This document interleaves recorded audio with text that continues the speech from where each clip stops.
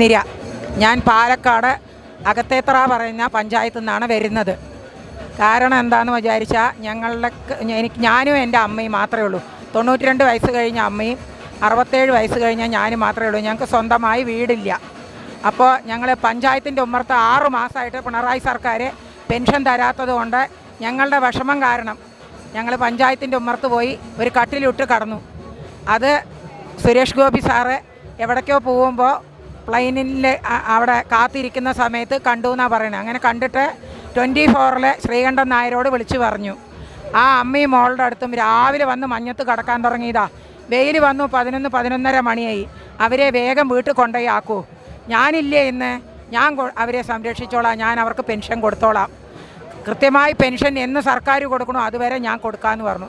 Sir ഫെബ്രുവരി 29 മുതൽ ഈ കഴിഞ്ഞ 29 വരയ്ക്കും ഞങ്ങൾ അമ്മയ്ക്കും മകൾക്കും പെൻഷൻ തന്നുകൊണ്ടിരിക്കുന്നുണ്ട്. സുരേഷ് ഗോപി സാറുടെ അക്കൗണ്ടിൽ നിന്നാണ് ഞങ്ങൾക്ക് തന്നുകൊണ്ടിരിക്കുന്നത്. അപ്പോൾ ആ മഹാനായ വലിയ മനുഷ്യനെ, ഇത്ര മഹാമനസ്കതയുള്ള ഇത്രയും പാവപ്പെട്ട ഞങ്ങളെ അദ്ദേഹം കണ്ടുവല്ലോ. ആ സന്തോഷത്താൽ അദ്ദേഹത്തിനെ ഒന്ന് കാണാൻ വേണ്ടി മാത്രം ഞാൻ ഇത്രയും ദൂരത്തുനിന്ന് ഒറ്റയ്ക്ക് വന്നിരിക്കുകയാണ്. ഇപ്പോൾ കണ്ടിട്ടില്ല. ഞാൻ സാറെ സിനിമയിൽ കണ്ടിട്ടുണ്ട്, ഈ പോസ്റ്ററുകളിലൊക്കെ കണ്ടിട്ടുണ്ട്, അത്രയേ ഉള്ളൂ. സാറെ കണ്ടിട്ടില്ല. സാറിനെ എന്നെ അറിയൂല്ല. പക്ഷേ എനിക്ക് സാറെ ഒന്ന് കൺമുന്നിൽ കാണണം. അതിനു വേണ്ടി ഞാൻ വന്നതാ. എത്ര വൈകിയാലും രാത്രി 12 മണിയായാലും കണ്ടിട്ടേ പോകൂ. ഞാൻ അങ്ങനെ ഒരു ഉറപ്പിൽ വന്നിരിക്കുകയാണ്. ഒറ്റയ്ക്കാണ് ഞാൻ.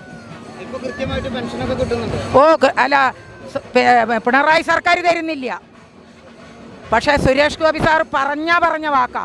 പറഞ്ഞിട്ടുണ്ടെങ്കിൽ അദ്ദേഹം ആ വാക്ക് പാലിച്ചിരിക്കും. അതെ, തരുന്നുണ്ട്. ഞങ്ങളെ പേപ്പറിൽ കൂടെ കണ്ടു. അദ്ദേഹം പറഞ്ഞു ഞങ്ങൾക്ക് തരുന്നുണ്ട്. ഞങ്ങൾക്ക് മാത്രമല്ല, വേറെയും 3 പേർക്ക് വേറെയും കൊടുക്കുന്നുണ്ട്. അന്നക്കുട്ടി ചേച്ചിക്ക്, പിന്നെ മറ്റേ മറിയക്കുട്ടി ചേച്ചിക്ക്, വേറെ ഒരമ്മയ്ക്ക്, ഞങ്ങൾക്ക് 5 പേർക്ക് സാർ തരുന്നുണ്ട്.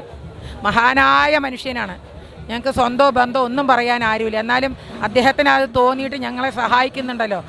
അതുതന്നെയാണ് ആ മഹാൻ്റെ വിജയം. അതന്നെ എനിക്ക് പറയാനുള്ളൂ. അദ്ദേഹം എത്ര വലുതായി വരണോ അത്രയും സന്തോഷമേ ഉള്ളൂ. മുഖ്യമന്ത്രി എന്നല്ല, ഏത് മന്ത്രിയായാലും വളരെയധികം സന്തോഷമാണ്. കാരണം ഇത്ര നല്ല ഒരു മനുഷ്യനെ നമുക്ക് മന്ത്രിയായിട്ട് ഏത് ഭാഗത്ത് കിട്ടുകയാണെങ്കിൽ, തൃശ്ശൂർ മാത്രമല്ല എല്ലാവർക്കും നല്ല മനുഷ്യനാണ്. തീർച്ചയായിട്ടും പാലക്കാടെന്നല്ല, നമുക്ക് ഇന്ത്യ മഹാരാജ്യം മുഴുവനാണ് അദ്ദേഹത്തിന്. ഇത്ര നല്ലൊരു മനുഷ്യനാ.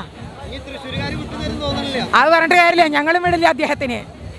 ഞങ്ങളും വിടില്ല, ഒരിക്കലും വിടില്ല. അത് സാരില്ല, ഞങ്ങൾ തലയ്ക്ക് മേലെ കയറ്റി വെക്കും.